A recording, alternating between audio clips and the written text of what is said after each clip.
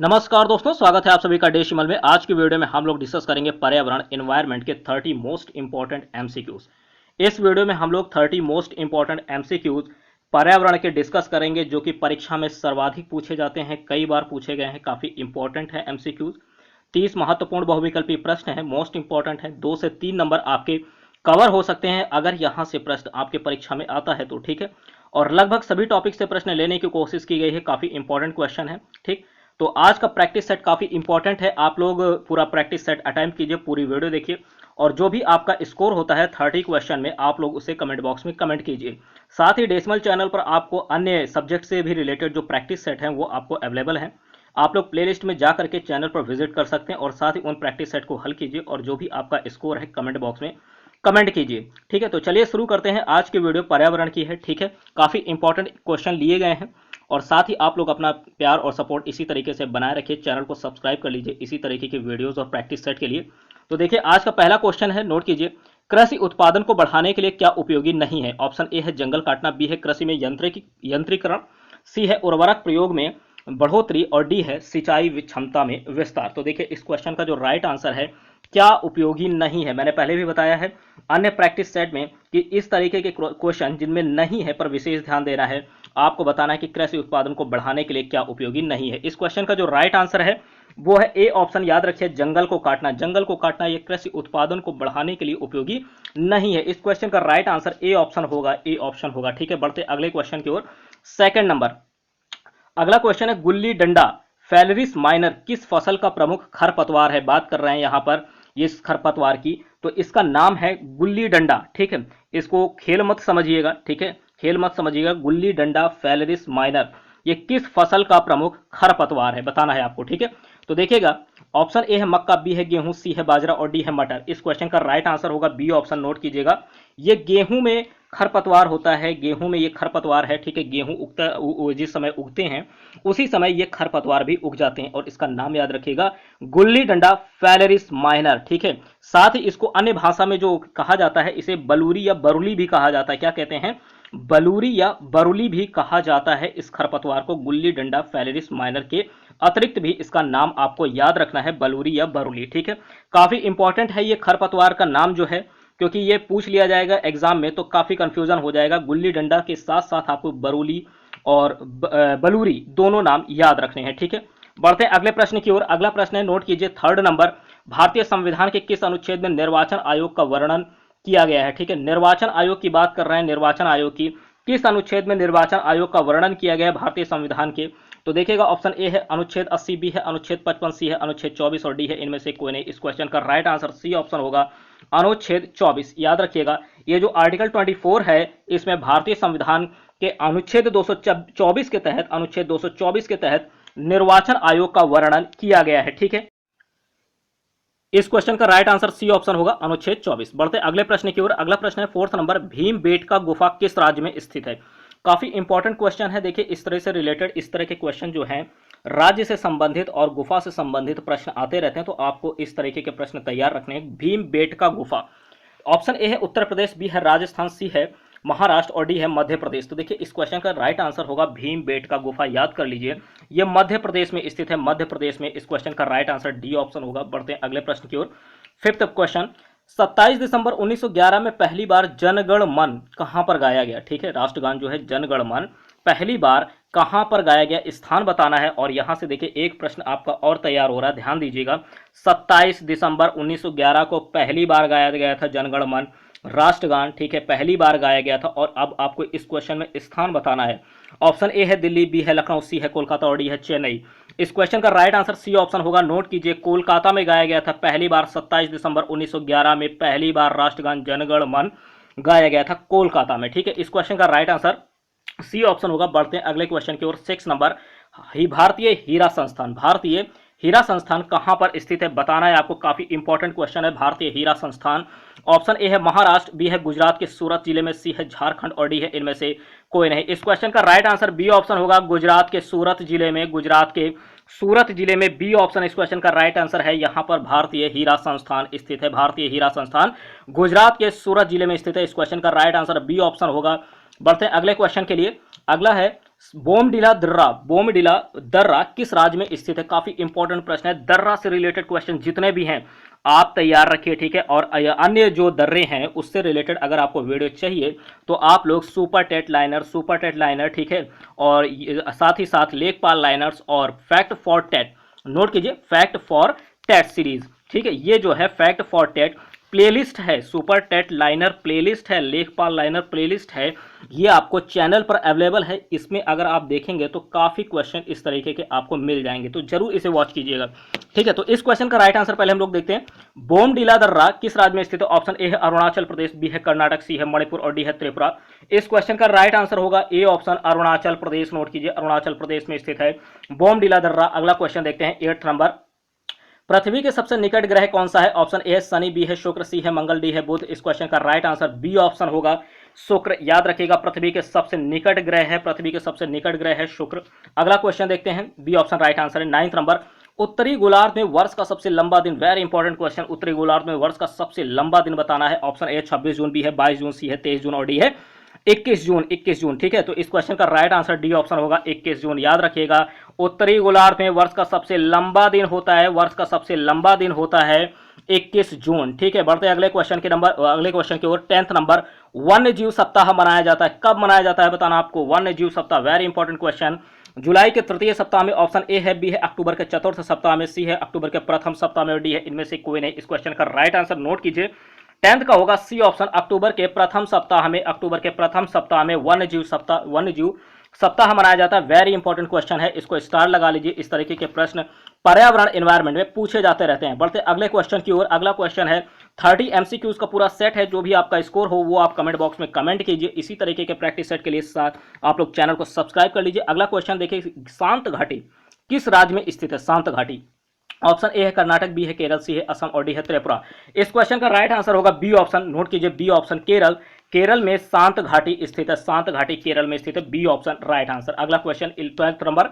भारत में ग्रीष्मकालीन मानसून हवाएं किस दिशा की ओर चलती हैं? भारत में ग्रीष्मकालीन मानसून हवाएं जो हैं किस दिशा में चलती हैं? ऑप्शन ए उत्तर पूर्व से दक्षिण पश्चिम, बी है दक्षिण पश्चिम से उत्तर पश्चिम और डी है सी है दक्षिण पश्चिम से उत्तर पूर्व और डी है इनमें से कोई नहीं। 12 नंबर का राइट आंसर नोट कीजिए, सी ऑप्शन होगा दक्षिण पश्चिम से उत्तर पूर्व। नोट कीजिए दक्षिण पश्चिम से उत्तर पूर्व की ओर भारत में ग्रीष्मकालीन मानसून हवाएं चलती हैं, ठीक है। इस क्वेश्चन का राइट आंसर सी ऑप्शन होगा, सी ऑप्शन। अगला क्वेश्चन देखते हैं 13 नंबर। हिमालय में दून घाटियां पाई जाती हैं, कहां पर पाई जाती हैं दून घाटियां? वेरी इंपॉर्टेंट, हिमालय में दून घाटियां कहां पाई जाती हैं? ऑप्शन ए है निम्न हिमालय एवं शिवालिक पर्वतों के मध्य में, बी है निम्न हिमालय एवं काराकोरम पर्वतों के मध्य, सी है वृहद हिमालय एवं काराकोरम पर्वतों के मध्य और डी है इनमें से कोई नहीं। इस क्वेश्चन का राइट आंसर 13 का नोट कीजिए, ए ऑप्शन होगा, ए ऑप्शन याद रखिएगा निम्न हिमालय एवं शिवालिक पर्वतों के मध्य, निम्न हिमालय एवं शिवालिक पर्वतों के मध्य, ए ऑप्शन राइट आंसर होगा, ए ऑप्शन। बढ़ते अगले क्वेश्चन की ओर 14 नंबर। भारत में वन्य जीव संरक्षण अधिनियम कब लागू किया गया? बताइएगा वन्य जीव संरक्षण अधिनियम कब लागू किया गया भारत में? ऑप्शन ए है 1985, बी है 1989, सी है 1972 और डी है 1965। इस क्वेश्चन का राइट आंसर सी ऑप्शन होगा 1972 में भारत में वन्य जीव संरक्षण अधिनियम पारित किया गया, लागू किया गया, ठीक है, पारित किया गया। भारत में वन्य जीव संरक्षण अधिनियम 1972 होगा। अगला क्वेश्चन देखते हैं 15 नंबर।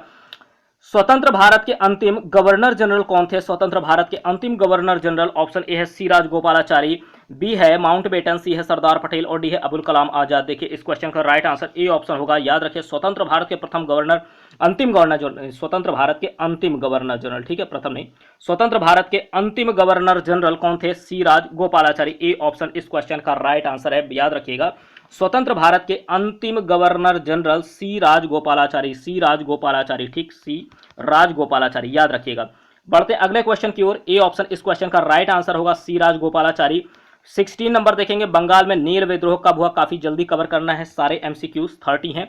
बंगाल में नील विद्रोह कब हुआ? ऑप्शन ए है, नोट कीजिएगा, अप्रैल 1865, बी है मार्च 1859, सी है जनवरी 1765, डी है इनमें से कोई नहीं। इस क्वेश्चन का राइट आंसर बी ऑप्शन होगा, मार्च 1859 में बंगाल में नील विद्रोह हुआ था, ठीक है, बंगाल में नील विद्रोह हुआ था। अगला क्वेश्चन देखते हैं।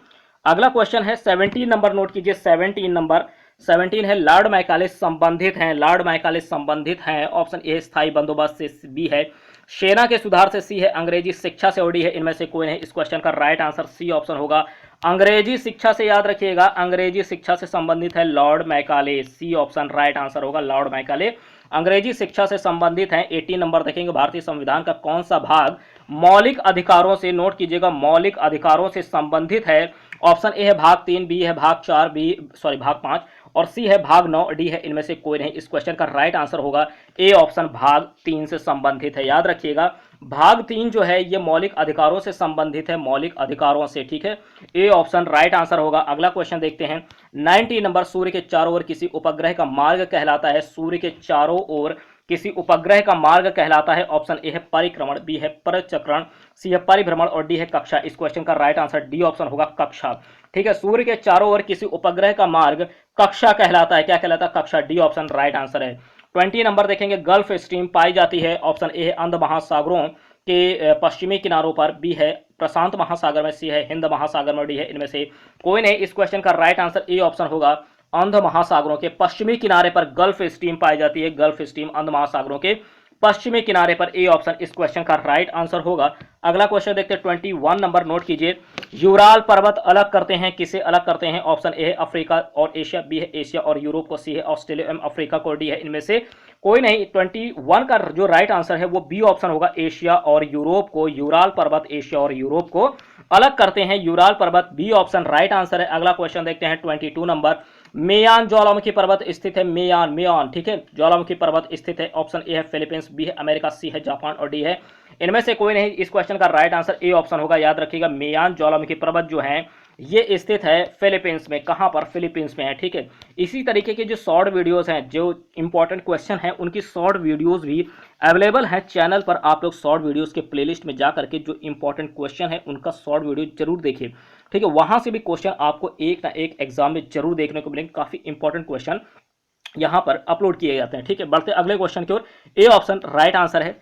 अगला क्वेश्चन है 23 नंबर, दुनिया की सबसे लंबी पर्वत श्रृंखला कौन सी है? दुनिया की सबसे लंबी पर्वत श्रृंखला, ऑप्शन ए है आल्प्स, बी है रॉकी, सी है एंडीज और डी है इनमें से कोई नहीं। इस क्वेश्चन का राइट आंसर होगा Andes, C option right answer है एंडीज। याद रखिएगा दुनिया की सबसे लंबी पर्वत श्रृंखला, दुनिया की सबसे लंबी पर्वत श्रृंखला एंडीज होगी। क्या होगी? एंडीज, ठीक, C option right answer, C option. अगला क्वेश्चन, अपमार्जक क्या है? अपमार्जक, ऑप्शन ए है प्रबल अम्ल एवं दुर्बल क्षार का लवण, बी है दुर्बल अम्ल एवं दुर्बल क्षार का लवण, सी है दुर्बल अम्ल एवं प्रबल क्षार का लवण और डी है प्रबल अम्ल एवं प्रबल क्षार का लवण। देखिए 24 का राइट आंसर डी ऑप्शन होगा। नोट कीजिए, प्रबल अम्ल एवं प्रबल क्षार, प्रबल अम्ल एवं प्रबल क्षार का जो लवण होता है ये अपमार्जक होता है। अपमार्जक क्या होता है? प्रबल अम्ल एवं प्रबल क्षार का लवण, डी ऑप्शन राइट आंसर है। अगला क्वेश्चन 25 नंबर, समान भार में पदार्थ की मात्रा होगी।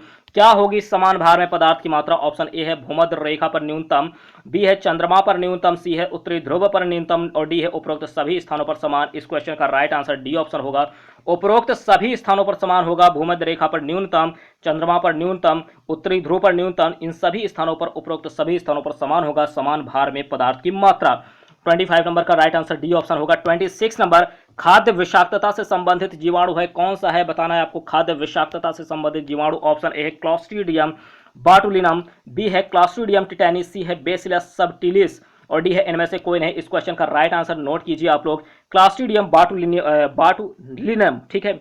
इस क्वेश्चन का राइट आंसर ए ऑप्शन होगा क्लॉस्ट्रीडियम बाटुलिनम, नोट कीजिएगा, ठीक है, इस क्वेश्चन को। इसका राइट आंसर ए ऑप्शन होगा क्लॉस्ट्रीडियम बाटुलिनम। अगला क्वेश्चन देखते हैं, A option right answer. 27 number, शरीर वर्धक भोजन है। शरीर वर्धक भोजन कौन सा होता है? ऑप्शन ए है वसा युक्त, बी है शर्करा युक्त, सी है रेशे युक्त और डी है प्रोटीन युक्त। देखिएगा शरीर वर्धक भोजन जो है, इस क्वेश्चन का राइट आंसर जो होगा 27 का डी ऑप्शन होगा प्रोटीन युक्त, ठीक है। शरीर वर्धक भोजन होता है, प्रोटीन युक्त होता है, डी ऑप्शन राइट आंसर है। अगला क्वेश्चन 28 नंबर, एड्स बीमारी से प्रभावित होने वाला तंत्र है। एड्स बीमारी, ठीक है, एड्स बीमारी से कौन सा तंत्र प्रभावित होता है? इस क्वेश्चन में आपको बताना है। ऑप्शन ए है प्रतिरक्षा तंत्र, बी है श्वसन तंत्र, सी है पाचन तंत्र और डी है इनमें से कोई नहीं। इस क्वेश्चन का राइट आंसर होगा 28 का ए ऑप्शन। याद रखिएगा प्रतिरक्षा तंत्र जो है इससे प्रभावित होता है, एड्स से, एड्स बीमारी से प्रतिरक्षा तंत्र प्रभावित होता है, ए ऑप्शन राइट आंसर। अगला क्वेश्चन देखते हैं 29 नंबर, स्याही का दाग मिटाने के लिए कौन सा अम्ल प्रयोग किया जाता है? ऑप्शन ए फॉर्मिक अम्ल, बी है मैलिक अम्ल, सी है ऑक्सैलिक अम्ल और डी है इनमें से कोई नहीं। तो देखिएगा इस क्वेश्चन का जो राइट आंसर है, स्याही का दाग मिटाने के लिए, नोट कीजिएगा, स्याही का दाग मिटाने के लिए कौन सा अम्ल प्रयोग किया जाता है?